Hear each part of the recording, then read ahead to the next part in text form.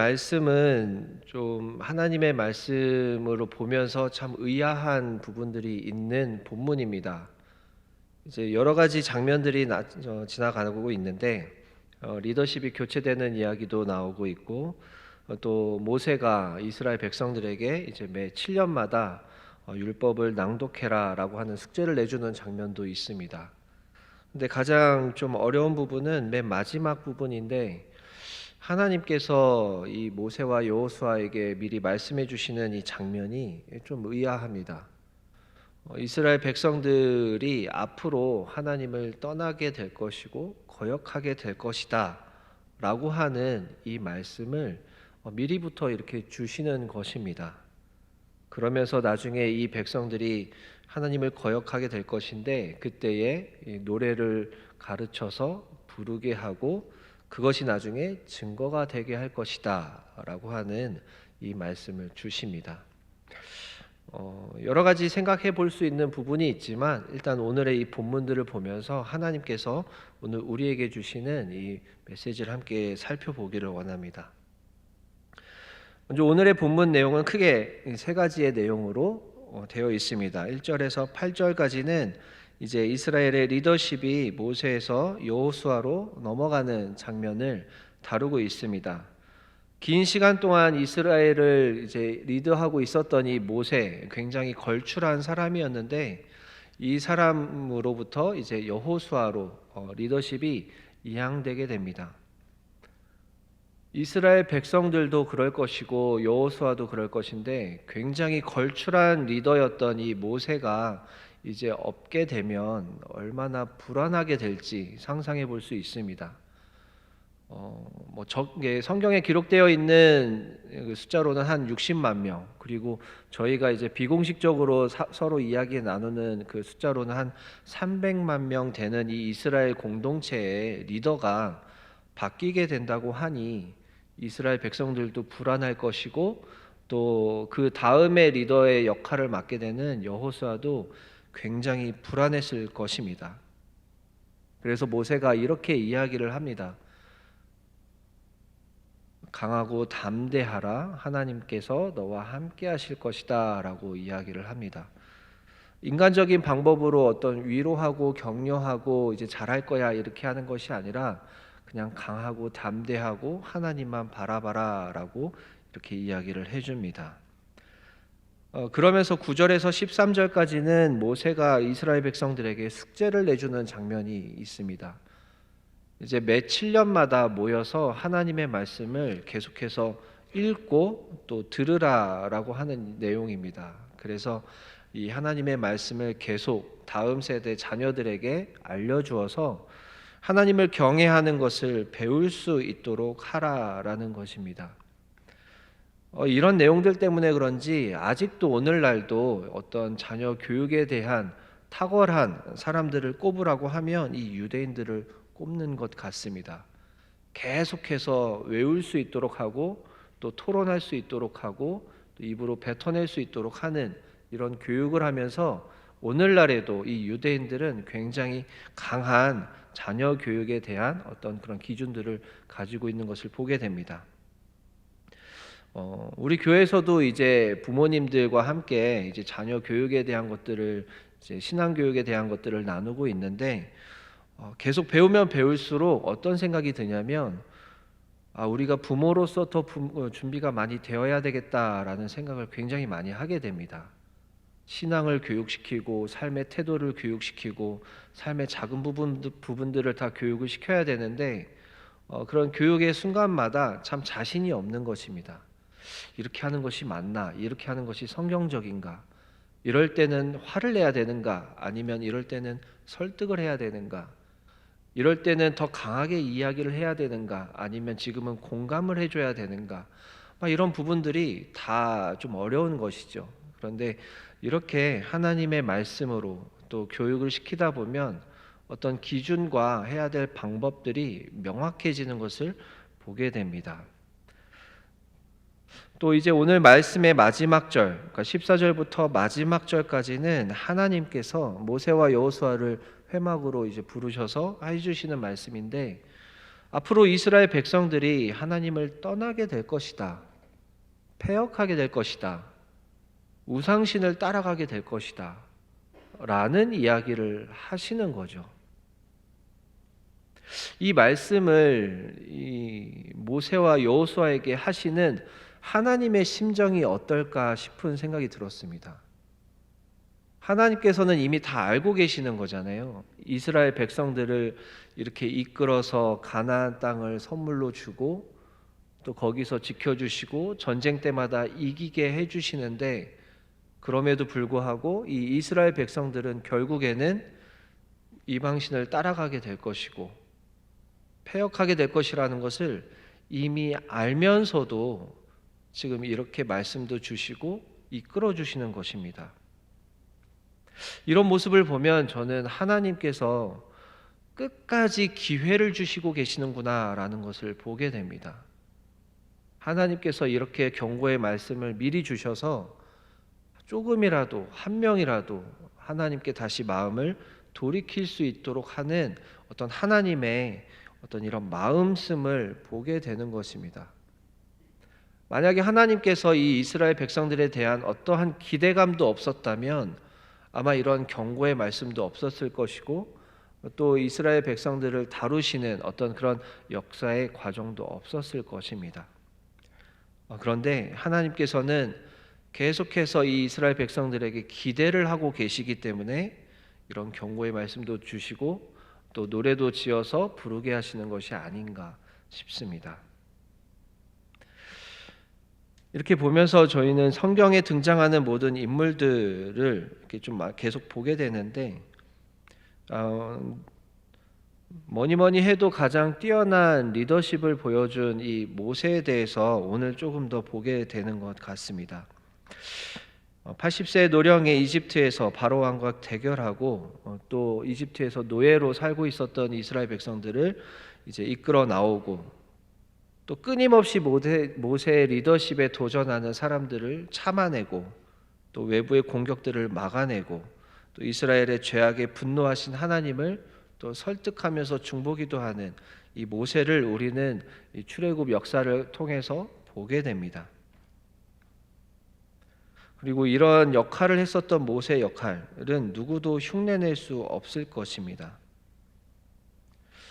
그래서 이렇게 모세에게 있었던 리더십이 여호수아에게 넘어가는 장면을 보면서 저는 사실 교회 사역을 하면서 계속해서 리더십이 교체될 때 나타나는 그런 모습들을 좀 보게 됩니다.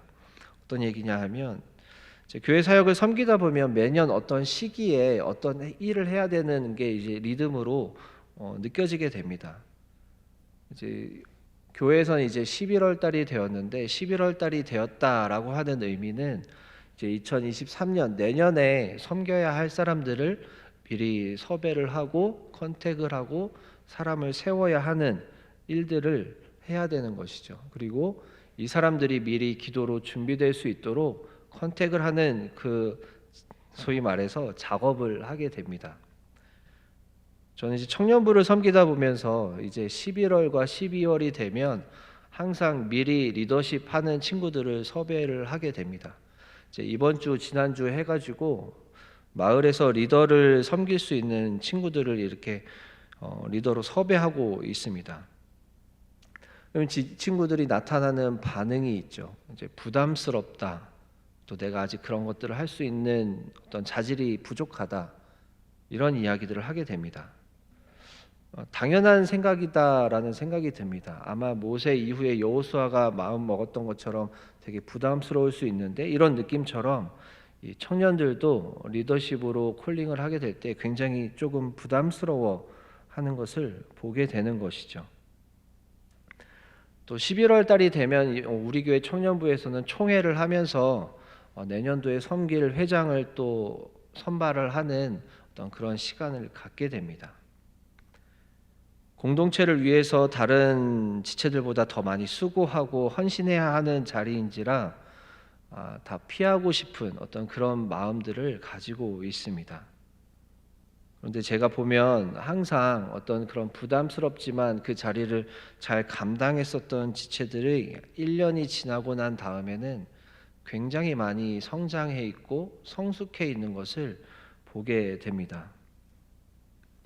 하나님 앞에서 기도하고 씨름하고 자신의 생각과 계획을 내려놓고 헌신하기로 결단하는 경험을 하면서 리더십의 자리에 있었던 이 친구들이 탁월한 신앙적인 태도를 갖게 되는 것을 보게 됩니다. 회장으로 섬기는 지체뿐만이 아니라 마을 리더, 임원, 또 사역 팀장으로 섬겼던 이 친구들이 쉽지 않은 시간들을 보내면서도 그렇게 씨름하면서도 본인들의 신앙과 또 인격이 성장하게 되는 것을 1년 동안 계속 보게 되는 것입니다. 그래서 이 친구들을 이렇게 컨택하는 과정에서 이렇게 이야기를 하면 다 부담스럽지만 또 거기 그 자리에서 있게 되면서 하나님의 은혜를 경험하게 되고 또 본인이 성장하게 될 것을 본인들도 잘 알고 있습니다. 근데 마음 먹기가 싫은 것이죠. 누가 알아주지 않고 내 시간을 써야 하고 내 마음도 써야 되고 또 사역을 섬기다 보면 의견의 충돌도 겪어가면서 이 지체들은 이제 성숙함이라고 하는 것들이 갖추어지게 되는 것을 보게 됩니다. 자신의 필요를 먼저 따지고 계산하던 이 사고방식이 이제 성숙해지면서 나 위주에서 다른 사람들을 살피고 섬기며 필요를 채워가는 방식으로 생각이 바뀌어져 가는 것을 보게 됩니다.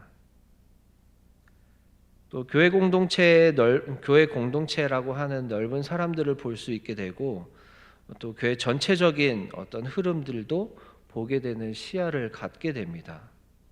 또 자신뿐만이 아니라 경계선을 넘어서 생각하는 지경이 넓어지게 되는 것도 보게 되는 것이죠.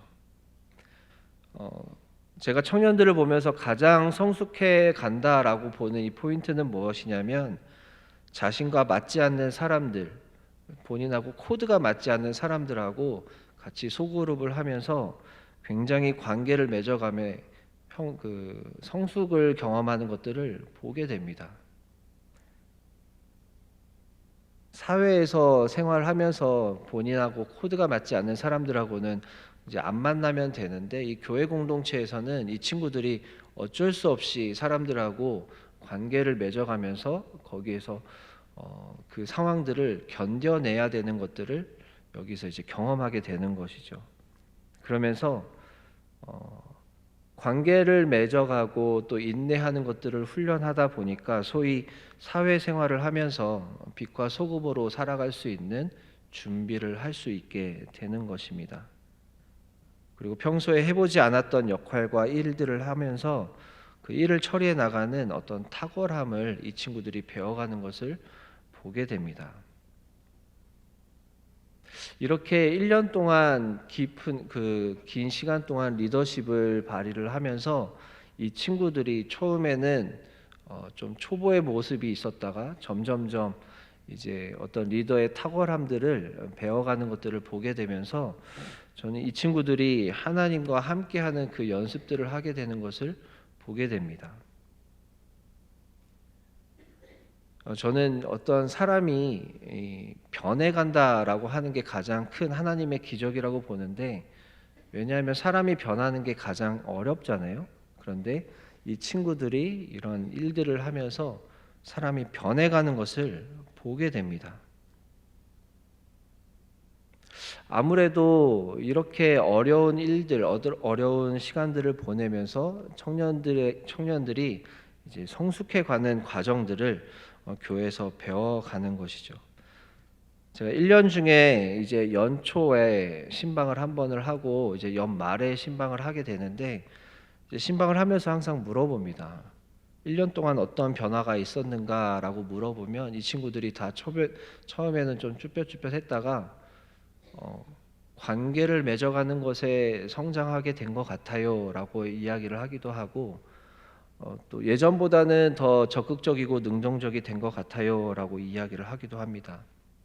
이렇게 조금씩 변해가는 그리고 조금씩 성장해가는 것들을 보면서 저는 이제 사역을 하면서 어떤 보람을 느끼게 되는 것 같습니다. 아마 하나님께서 이스라엘 백성들을 훈련시키시고 다루시고 함께 하시면서 그런 모습들을 기대하지 않으실까 싶습니다. 노예로 살아가던 이스라엘 백성들을 구원해 주셔서 말씀을 주시고 여러 가지 과정들을 겪게 하시면서 분명히 쉽지 않은 이스라엘 백성들의 이 시간들인데, 분명한 것은 이 시간들을 거쳐가면서 이 이스라엘 백성들이 성숙해 가고 있다라는 것이죠. 훈련을 받고 이전보다는 더 나아지는 모습을 갖게 된다라는 것입니다. 하나님께서는 그러하니 나중에 이 이스라엘 백성들이 패역하게 될 것을 알지만 그럼에도 포기하지 않으시고 계속해서 이 이스라엘 백성들이 훈련되고 성숙할 수 있는 기회들을 주시는 것입니다. 이것은 우리가 살아갈 때도 마찬가지인 것 같습니다. 우리는 날마다 마음을 새롭게 먹습니다. 날마다 말씀을 보고 날마다 마음을 새롭게 결단하고 하나님 앞에서 다시 한번 신실하게 살아보리라 마음을 먹지만 우리는 다시 죄의 습관 때문에 또 무너지게 되죠. 하나님도 그걸 알고 저희도 그걸 알고 있습니다. 그렇지만 그럼에도 불구하고 하나님께서 계속 기회를 주셔서 우리가 넘어지고 낭망하지 않고 다시 일어날 수 있도록 하나님께서는 기회를 주시는 것입니다. 사랑하는 성도 여러분들 모두가 오늘 하루를 살아가시면서 다시 한번 하나님 앞에 어떤 그런 헌신의 자리, 그리고 오늘 하루를 살아가더라도 신실한 삶을 살아가시는 것들을 결단해 보시기를 축원합니다. 그리고 그런 결단이 혹여나 실패하더라도 낭망하지 않으시고 내일 다시 한번 또 결단하고 다시 또 일어나서 하나님과 친밀하게 하루하루를 살아가시기를 축원합니다. 그렇게 살아간다면 우리는 느낄 수 없지만 하나님이 보시기에는 조금씩 나아져가고 성숙해가고 성장하는 우리를 볼 수 있으리라 믿습니다. 함께 기도하시겠습니다. 사랑이신 하나님, 참으로 감사합니다. 하나님의 말씀으로 우리를 깨닫게 하시니 감사합니다. 오늘 말씀을 통하여 하나님께서는 우리가 하나님 앞에서 조금씩 성장하고 또 성숙해 갈 수 있도록 인도해 주심을 알게 되었습니다. 우리가 살아가고 있는 가정과 직장과 학교와 사업장, 우리가 맺고 있는 모든 관계들 가운데에 하나님, 우리가 우리의 힘이 아니라 하나님의 힘으로 그 모든 것들을 잘 감당할 수 있도록 힘을 더하여 주시옵소서. 우리 보배로운 교회 성도들이 날마다 하나님 앞에서 구원받은 은혜의 삶을 누리며 살아갈 수 있도록 인도하여 주시옵소서. 우리 주님의 권속들 가운데에 여러 가지 문제를 안고 있는 성도들이 있습니다. 간절한 기도의 제목들이 있습니다. 건강의 문제 하나님께서 해결하여 주시옵소서. 치유하시고 하나님께서 온전하게 하여 주시옵소서. 하나님, 우리 가운데 재정의 문제로 하나님 고민하고 있는 권속들이 있습니다. 하나님, 넉넉하게 하나님께서 채워 주시옵소서. 우리가 재정 때문에 고민하지 않도록 인도해 주시고 하나님께 더 집중할 수 있도록 인도하여 주시옵소서. 하나님, 우리 가운데 관계의 문제로 애쓰고 있는 권속들이 있습니다. 하나님, 이 관계가 풀려나가는 것들을 바라보면서 하나님께서 해결해 가시는 것들을 우리가 목격할 수 있도록 인도하여 주시옵소서. 하나님, 각 가정마다 하나님 말 못할 여러 가지 문제들이 있는 것을 또한 고백합니다.